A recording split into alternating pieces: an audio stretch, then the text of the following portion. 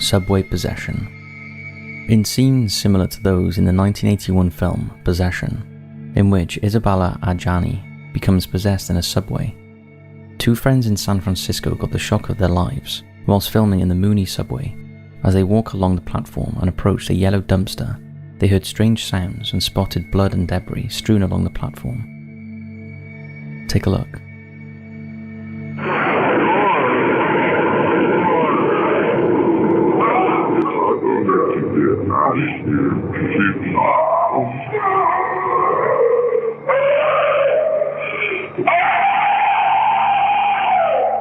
It's believed the footage was taken in June 2011. The possessed woman had allegedly just split up with her boyfriend, and he had assaulted her in the subway after chasing her down there. He then hit her in the neck with a glass bottle and used the broken glass to cut at her body before pushing her behind the dumpster. The possession supposedly happened after the guy had fled the scene and the two friends turned up with their camera. After the filming stopped, the woman ran away, hit her head on the wall of the elevator and passed out. The boys then called an ambulance. People are putting this down to a demonic possession or a case of mental illness. Either way, it's very sad.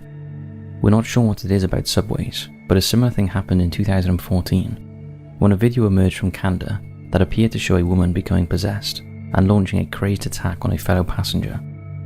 Take a look.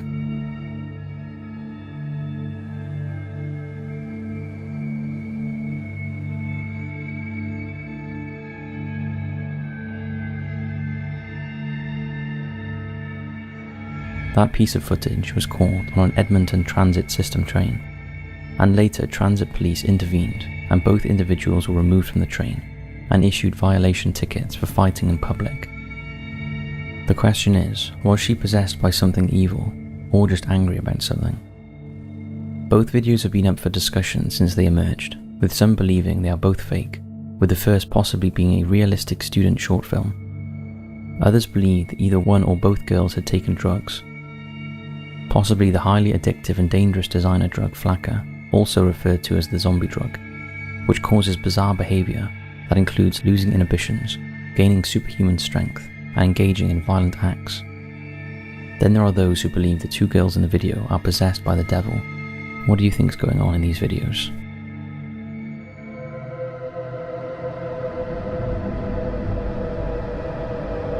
The Scottish Ghost Fairy. Scotland in the UK is a place steeped in history, myths and legends, perhaps the most famous being the Loch Ness Monster. However, this next clip is not a monster, but an apparition that appears to manifest in broad daylight on the banks of a Scottish river. The clip was filmed by a lady who was videoing the river in the hope of filming some otters that had been seen in the area.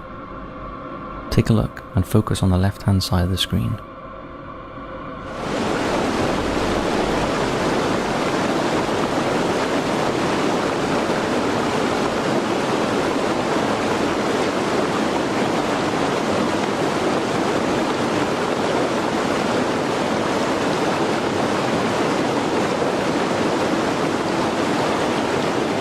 The woman didn't notice the anomaly at the time. It was only when she played back the footage. It's worth pointing out that the apparition could be an elusive Scottish fairy, as for many years Scotland has believed in fairies, originally thought to be evil. Fairies have been part of Scottish folklore for centuries. It is said that if you fall asleep in a fairy circle, especially after sunset, you won't live to tell the tale. Fairies are also thought to be responsible for stealing away babies and leaving a changeling in its place. The most vicious of the fairies are Baoban Sith or vampire fairies, who devour their male victims and rip out their hearts. So was this mysterious figure something supernatural, or just an optical illusion? Whilst we're talking about Scotland, we thought we'd update you with the latest photographic evidence of the Loch Ness Monster. On the weekend of the 26th of August 2023, the biggest search for Nessie in over 50 years took place, in which hundreds of volunteers took part. The event was well publicised in the UK and inspired Chaya Kelly to go along, with a photograph she took on August 13th, 2018, of an unidentified large eel-like creature spinning on the surface of the legendary loch. Chia managed to capture the image before the creature disappeared and never resurfaced. At the time, she did not want to face public ridicule by making the photograph public, but after showing the image to full-time Nessie hunter Steve Feltham at the event, he was astonished and she decided to share it. Take a look. The beauty of these latest photographs that Chi Kelly has taken is that they're here in the bay. There's 15 photographs. It lasts 2 minutes, the sequence of pictures, and there's a clear, focused image in the middle of it that I can't instantly explain. The creature was about 200 meters from the shore, moving right to left at a steady speed. It was spinning and rolling at times, although Chia never saw a head or neck, and she could not accurately assess its length. The two parts that were visible were less than 2 meters long together. Chia was convinced it was a creature, but whether it was the elusive Loch Ness monster is still up for debate. However, Nessie enthusiasts believe it is the most exciting Nessie image to surface in years. What do you make of it? And do you believe in the Loch Ness monster? We took a trip to Loch Ness a few years back, and although we did not see it, we must admit there is a strange atmosphere when standing down by the loch.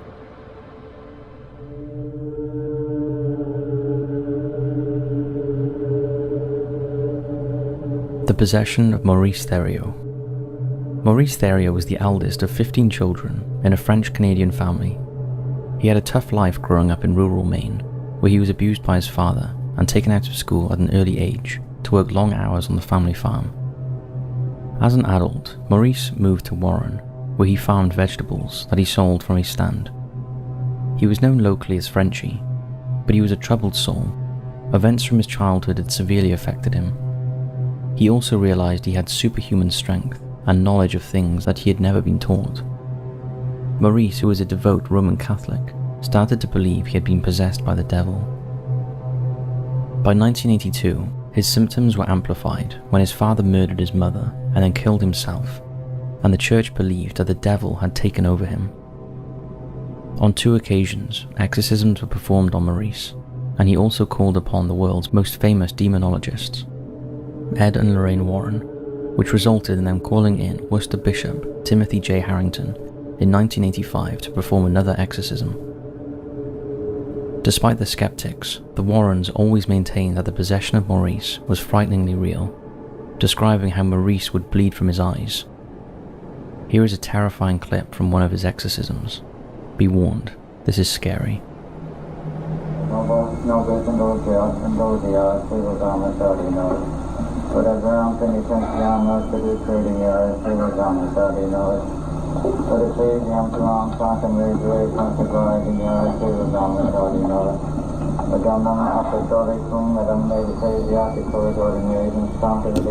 The Warrens claimed that during the exorcism, Maurice's head split open and boil eruptions manifested on his skin, with crosses appearing all over his body.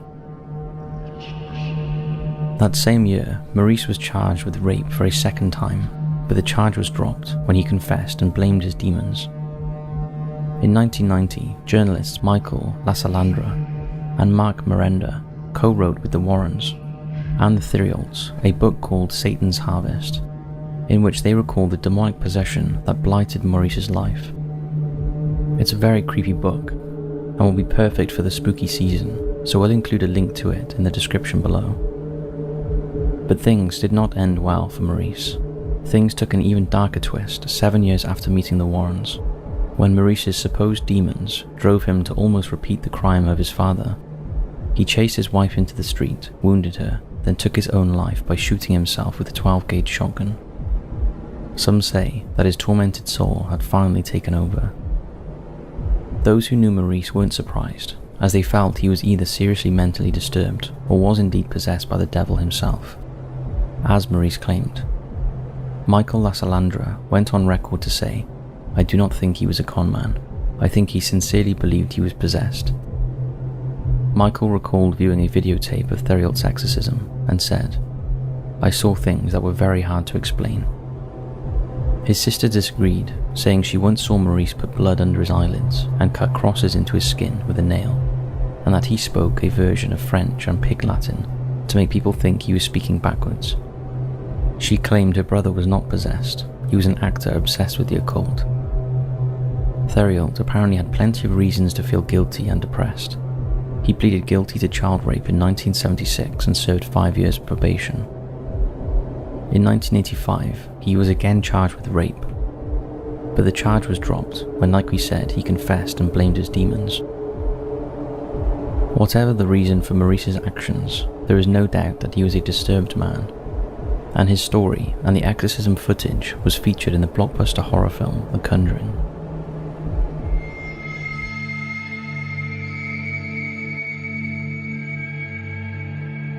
Next up, we have Ghost Girl from the Past. In June 2023, ghost hunters Lindsay and Lee Steer visited Huscar Pit near Silkstone, South Yorkshire, where alleged paranormal activity had been experienced in the past. Whilst live streaming in the area, they initially believed that they had not encountered any spirits, but when they watched the footage back, they spotted a strange anomaly. Take a look and keep an eye on the right-hand side above the bridge in the bushes. Tell us what you see.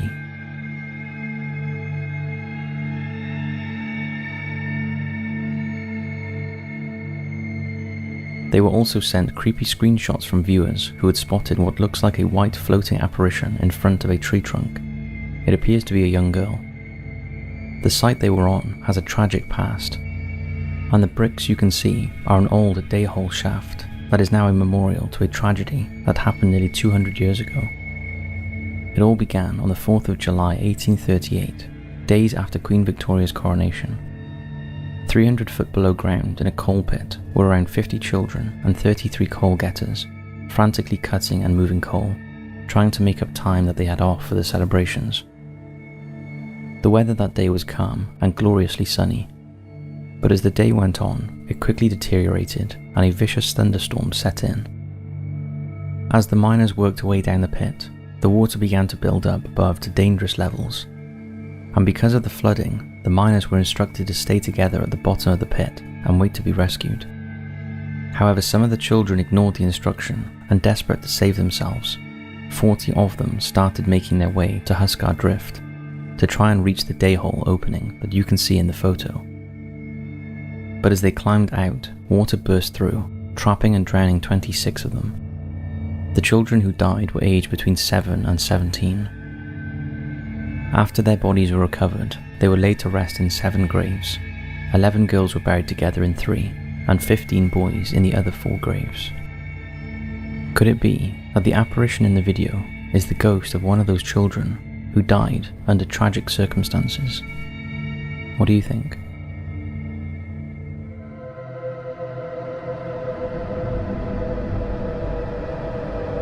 The Exorcism of Laura. We're finishing up with something so terrifying that we advise you not to think too much about it, otherwise you will not sleep. This footage is a rare and disturbing glimpse into a modern-day exorcism. It was filmed in Argentina in 2015 on a woman named only as Laura. The woman, believed to be 22 at the time, was reportedly a good girl turned evil after she was possessed by the devil.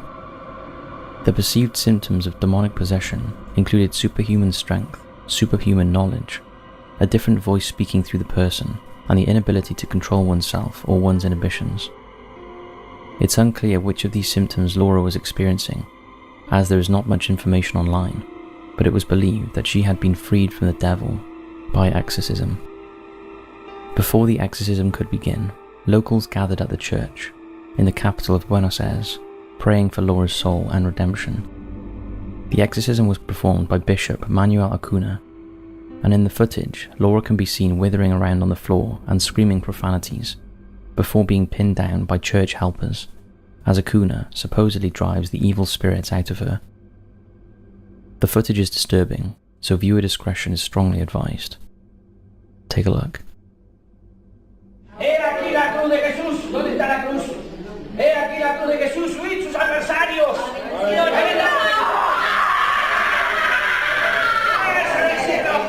Here is a translation of what the bishop is saying during the process.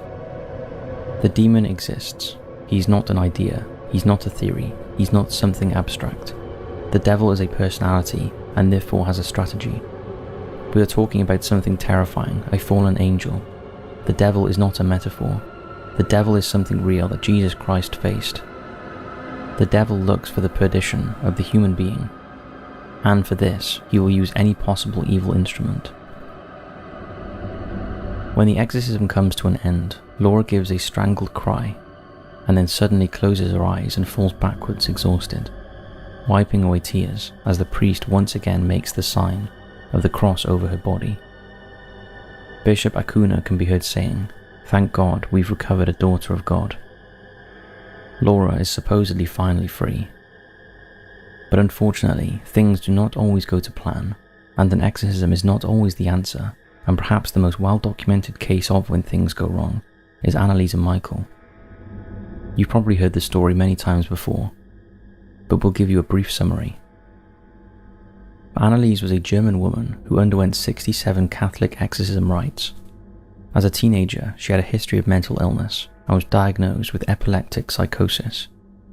However, when psychiatric treatment proved ineffective, and Anneliese became physically aggressive, self-harmed, drank her own urine, and ate insects, her family became convinced she was possessed by a demon.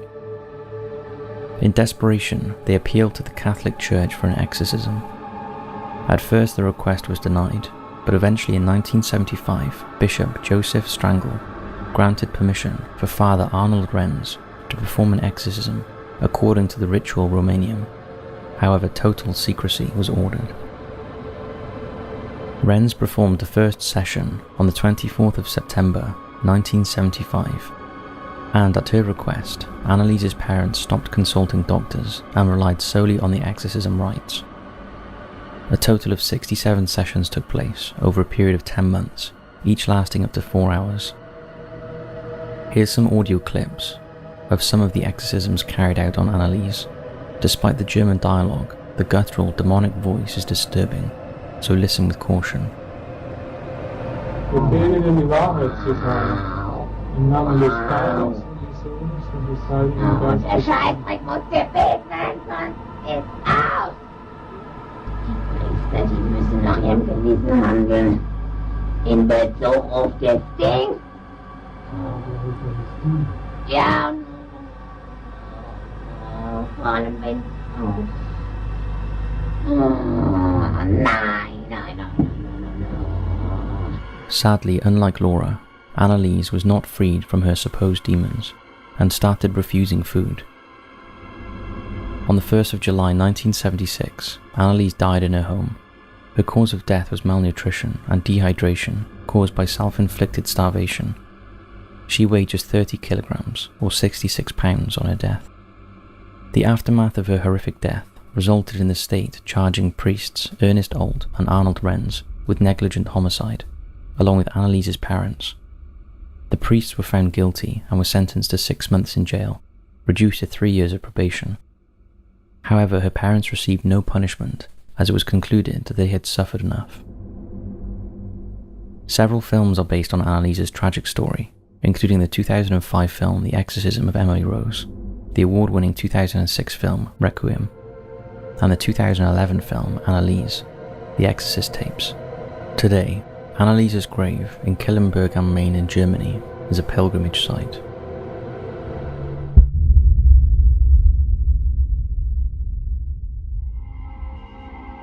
The Humpty Doo Poltergeist. In August 1997, Jim Somerville and her partner Dave Clark moved into a rental property at 90 McMinns Drive in Humpty Doo, a town located near Darwin, in Australia's Northern Territory. Everything was fine until January 1998, when Andrew and Christy Aggis, along with their nearly 1-year-old daughter Jasmine, started sharing the property with them. Shortly after they moved in, strange things started happening.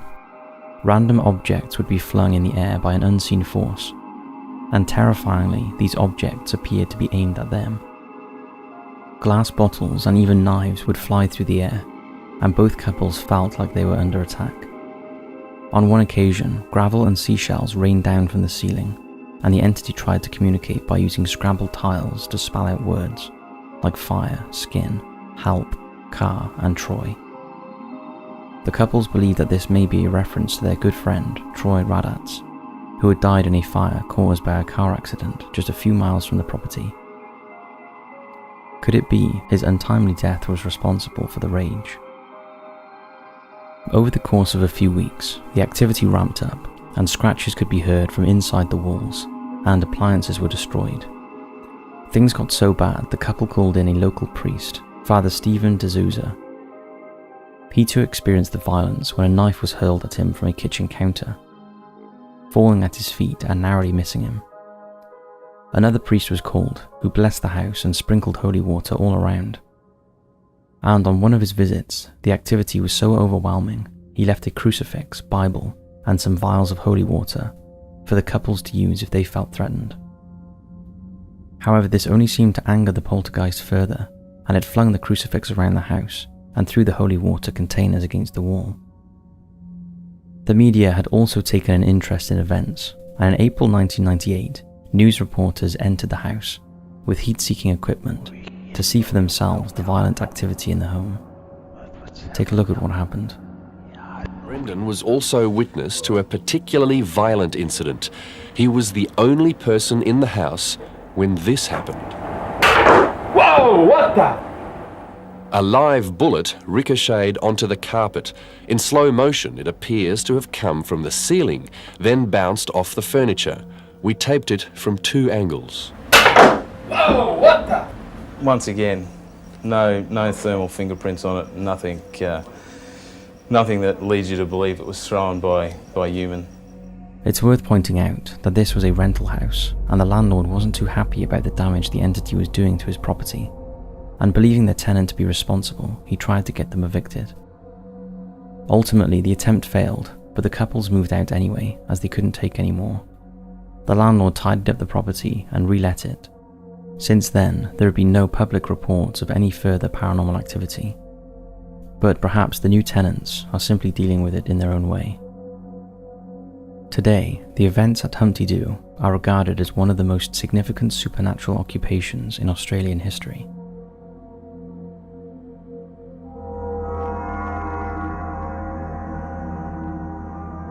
Kitchen nightmares. Brad Pryor had been experiencing strange goings-on in his home for months. Things were moving, stuff was ending up on the floor, and doors appeared to open on their own. So he decided to set up a camera in his kitchen to see if he was going mad or something more sinister was going on. For weeks, nothing untoward happened until this next footage was captured in July 2016. To start with, you can see Brad leaving the kitchen, and he claims 40 minutes later, this is what happened. Take a look.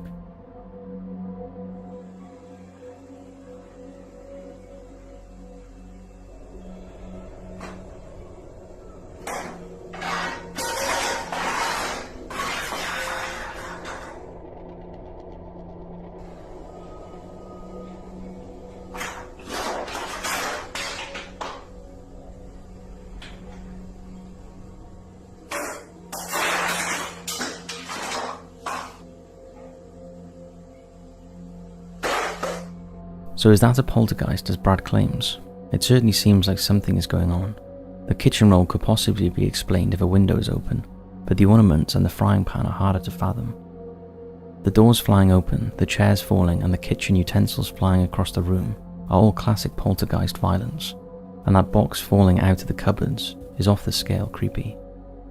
What do you think? Real or fake?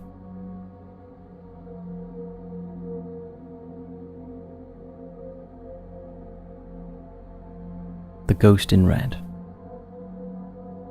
This next anomaly is a bit strange and certainly out of place for the type of video. It appeared on the YouTube channel Haircut Harry and was emailed to us by Hector, a Top Fives viewer.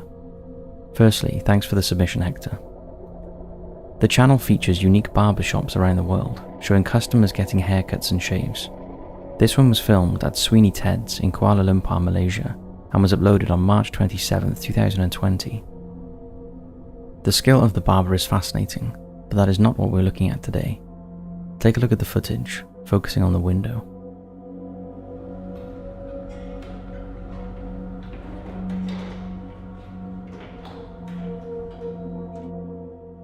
Did you notice a woman in red walking backwards before disappearing? Just for a bit of context, all the other people in the video captured walking past the window are walking forward and do not disappear at the second pane of glass. Take another look.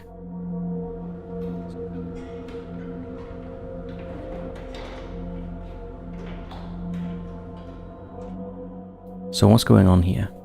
We checked the comments, but not many people seemed to notice. I guess they were fixated on the haircut. So was there a ghost unintentionally captured in this video, or some other explanation? What do you think? Leave us a comment below.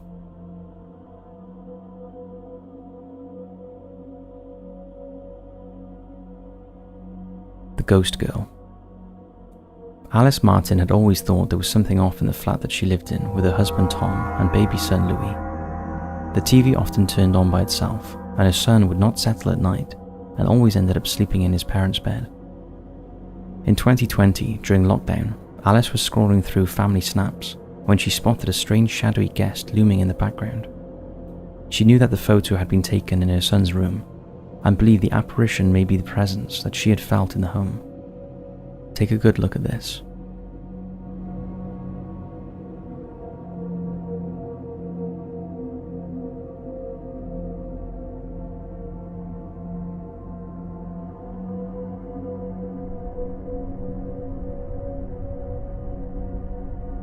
Alice believes the strange shadowy figure looked like a little girl with long hair. Her face appeared defined and she was carrying something in her hands. Alice, who is usually skeptical of the paranormal, says she cannot explain the spooky shape, as there was no furniture or items hanging on the door at the time. It spooked the entire family so much that they moved to a new flat, and their son now sleeps soundly in his own bedroom. What do you think's going on here?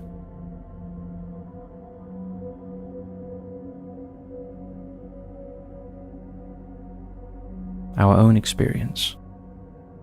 This is a very special one for you all, as we very rarely talk about personal things on this channel. We wanted to end with an experience that we had after a family member passed away. In 2010, our much-loved great-grandma passed away at age 97. She had been a huge presence in all of our lives, and was such a character, we just thought she would live to at least 100. Christmas was her favourite time of year, and it was Christmas Day that the family last saw her alive. She passed away in the early hours of Boxing Day. However, within days of her passing, the family could feel her presence everywhere. It was as if she wasn't fully gone. We could smell her perfume and sense she was still around. Things got even stranger when photographs started being moved and things randomly fell over or switched off. But perhaps the strangest thing happened to her son, my grandpa. Nearly every day in her later years, he would visit her around 4 PM and take her favourite cream cake. After her passing, for about a month, his doorbell would ring at 4 PM, but when he went to open it, there was never anyone there. The water in their home would also inexplicably turn off at certain times of the day, something that would never usually happen.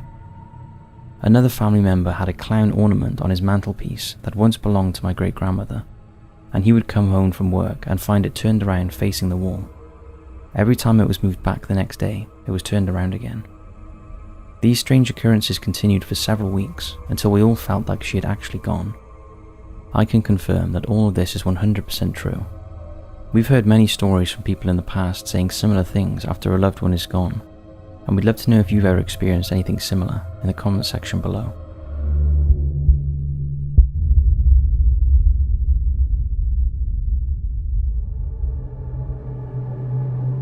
A Ouija board gone wrong. Let's dive straight in with an extremely creepy video, uploaded by Mellowbird in 2012.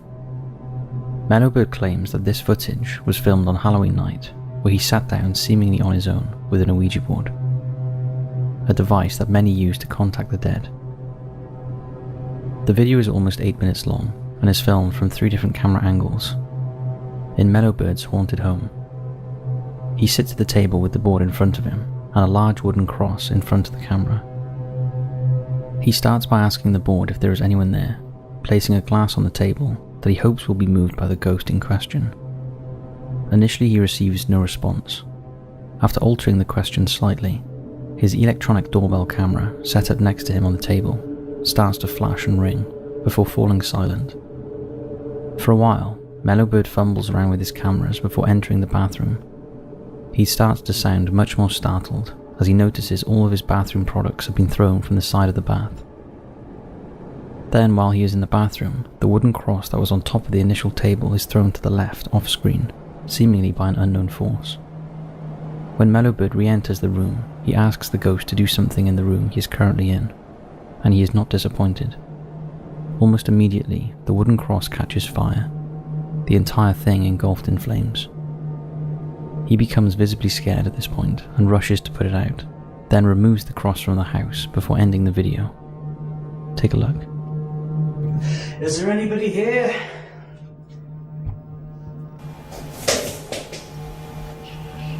Okay, can you do something in the room I'm actually in, please? Preferably with this one, because better lit. Which is probably some automatic.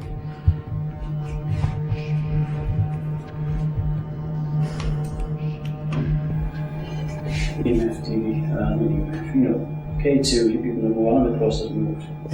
Holy shit, that's... I'm not religious, but that's...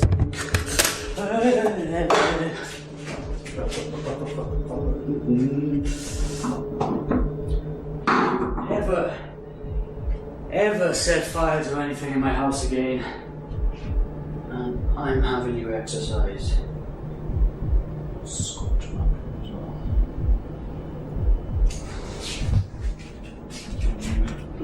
No, actually, tell you what.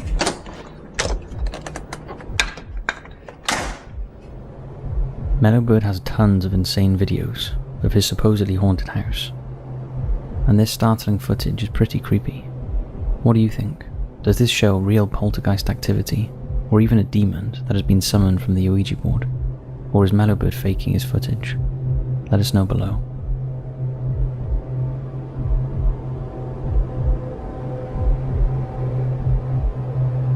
Creepy CCTV. This is a 3-minute long video uploaded to the Ghost subreddit by user Wayne Bruce 11. Wayne claims that nobody in their house could figure out why the TV was on in the morning. Moreover, it was set to a channel that they'd never watched.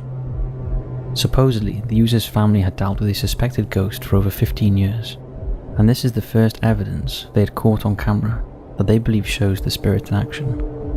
Take a look.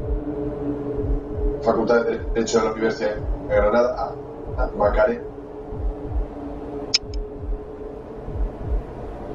Violento enfrentamiento entre partidarios. In the video, the television can be seen flickering on and off, increasing and decreasing in brightness, and even changing channels on its own. For a while, the television seems to settle on the news. So what do you think is going on here? Is this direct evidence of a ghost operating someone's TV? This would most likely be classed as a poltergeist. Or is this a hoax? What do you think? Yo, don't forget to like, subscribe to the channel, and activate the bell. Let us know if you want part 2, and what was the scariest case in your opinion?